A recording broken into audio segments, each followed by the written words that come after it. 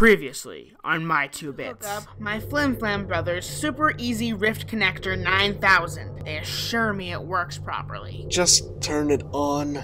Allons-y? Well, this can't be good.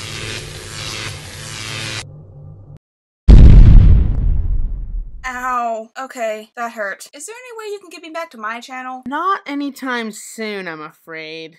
It needs substantial repairs. I'll have Jet do it. I'm a fire in my laser! Well, I guess you'll be sticking around for the next review after all. Dude, it's been like a week. Are you done fixing that thing yet? Yeah, once I was finished with my review last week, I asked if you needed any help, but you told me you needed no pony's help. I actually said I don't need anybody's help, and if you tell people I said any pony, I'll shit in your pillow. You've been warned. Sorry, must have struck a nerve. Looks like some pony needs to watch Applebuck season and learn the same lesson that Applejack learned about asking for help. I will literally fuck an apple before you can get me to do that. Just go review shit or something. Some of us have to work around here. Well, Mr. Grumpy Wings. Fine, cue spoiler alert. You have been warned of the spoilers. So... Exposition Spike and Angel Bunny! Bring us back into Big Mac's quest for nails in order to fix the gazebo at Sweet Apple Acres. It picks right back up with Big Mac standing in front of the destroyed hardware store conversing with Zakora. Big Mac is off yet again to find Lugnut, the owner of the hardware store. Although I don't know what good it's going to do, seeing in fact the store is destroyed. But anywho, he stops at the ball toss game, which can only lead to good things. After having a little confrontation with the booth, he wins a horrifying stuffed Pinkie Pie. Whoa!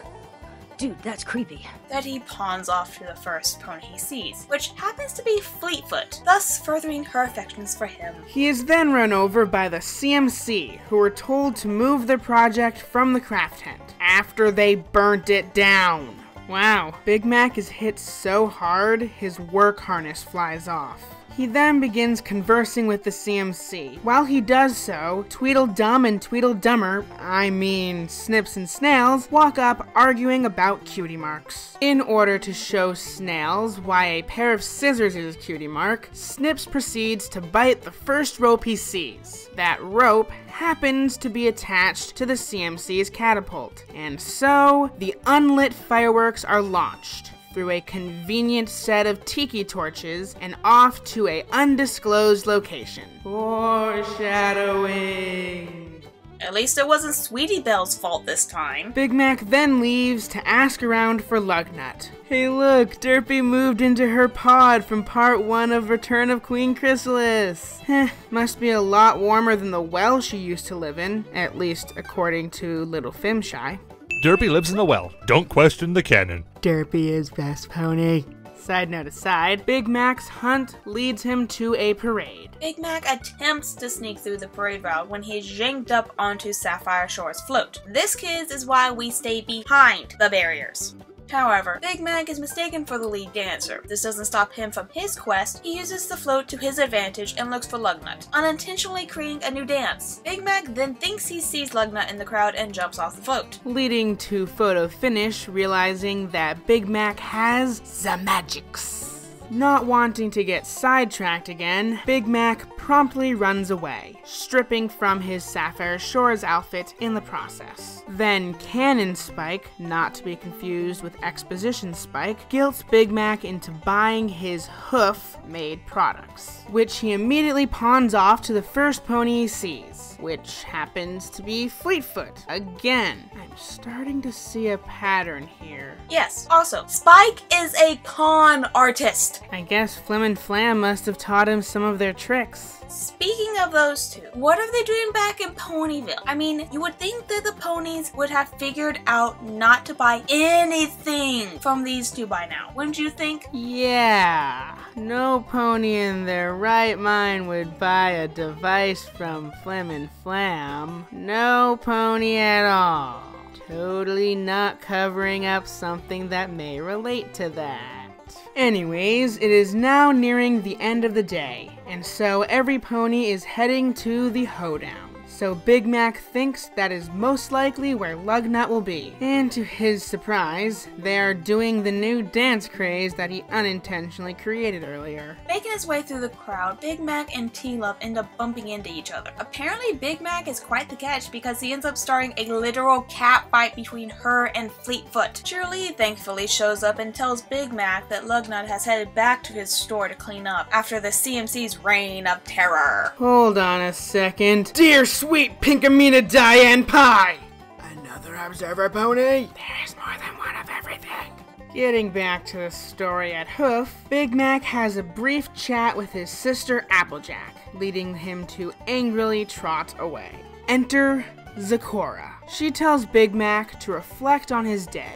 His mind immediately jumps to all the bad things that happened to him. But upon further reflection, he realizes there was actually some good stuff that happened as well. He then finally decides to let loose and enjoy the remainder of the festivities, including, but not limited to, hoof wrestling Celestia, getting a kiss from Luna on top of the Ferris wheel, oh great, here come the Big Mac and Luna shippers, and watching the CMC fireworks, when they're supposed to go off. Also, there's the continuation of the Fleetfoot T-Love Big Mac love triangle. After a long day of fun, Big Mac heads back to Sweet Apple Acres. But on his way, he runs into Lugnut. Turns out once he had discovered that his store had been reduced to rubble, he had gone to the farm to borrow some nails. Wait, what? Apparently, Apple Bloom had stockpiled all the nails on the farm into the CMC's clubhouse. Big Mac seems to be handling this quite well. Lugnut mentions that he will also be sending Big Mac some lumber in the morning, but fails to mention why. Jump to the next morning and we see that the CMC's firework ball that was unaccounted for earlier has completely destroyed the roof of the gazebo. The end. I give this comic 9 flaming firework balls out of 10. Mostly because my script editor informs me that unless it is a monumental game-changing masterpiece, it cannot be given a 10. This was unfortunately not a monumental game-changing masterpiece, but it came damn close. The subplots continued without even skipping a single beat, and again, I wasn't bored for a single moment while reading this comic. I even laughed out loud at some of the visual gags and running jokes. It was perfect, but still can't be given a perfect score. Blame Jet Fever. I would have to give this part an 8.5 Afro Ponies out of 10. The art is fun and colorful, and I was giggling like an idiot at the references and background ponies. The development of Big Mac's character is very much welcome, and I couldn't help but laugh at all the facial expressions. I'm looking forward to more of Andy Price's work. As a whole, this arc scored a 76.25%, which is about a C. Pretty average. As a fan of MLP, I know that the fandom has been asking for a Big Mac-centered episode for ages, and this arc is probably the next best thing. There was some great character development for Big Mac over the course of this arc. He learned that it is okay to relax once in a while. No need to be such a workaholic. It was also an interesting choice that Katie Cook decided to stick with the fact that Big Mac is a stallion of few words, but was still able to narrate the comic through internal monologue. It was also nice to see that every single character was spot on to their in-show personalities. And can I just say, from a comedic standpoint, Big Mac makes a great straight man, or pony as it were, to all the crazy oddball personalities of the residents of Ponyville. I sincerely hope to see some more Big Mac-centered comics in the future. Now, that's our 2 bits on this comic. Tell us your 2 bits on this comic or the arc as a whole in the comments below. You can also give comic a suggestion for a spoiler alert. And also, don't forget to like and subscribe. Also, come over to my channel and check it out. Link in the description below. Speaking of which, is Jet finished with that machine yet? Be patient, we have to close out the video. Ugh. Next time, he'll be viewing the Michael series comic featuring Pinkie Pie. Can I go now? Yup. Haha, you're hilarious. Hey Jet, we're finished with the review. Wait a second, that thing had a manual? It didn't. I had to buy it from Slippy and Smackhead or whoever. You mean Flim and Flam? You mean Flim and Flam, as in the Flim brothers? Yes. By the way, you owe me 20 bits. Excuse me a moment, gentle colts.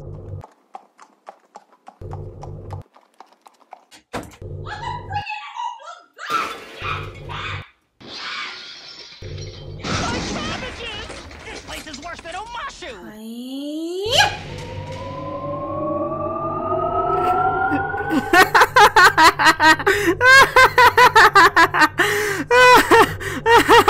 Well, wait, just put it on.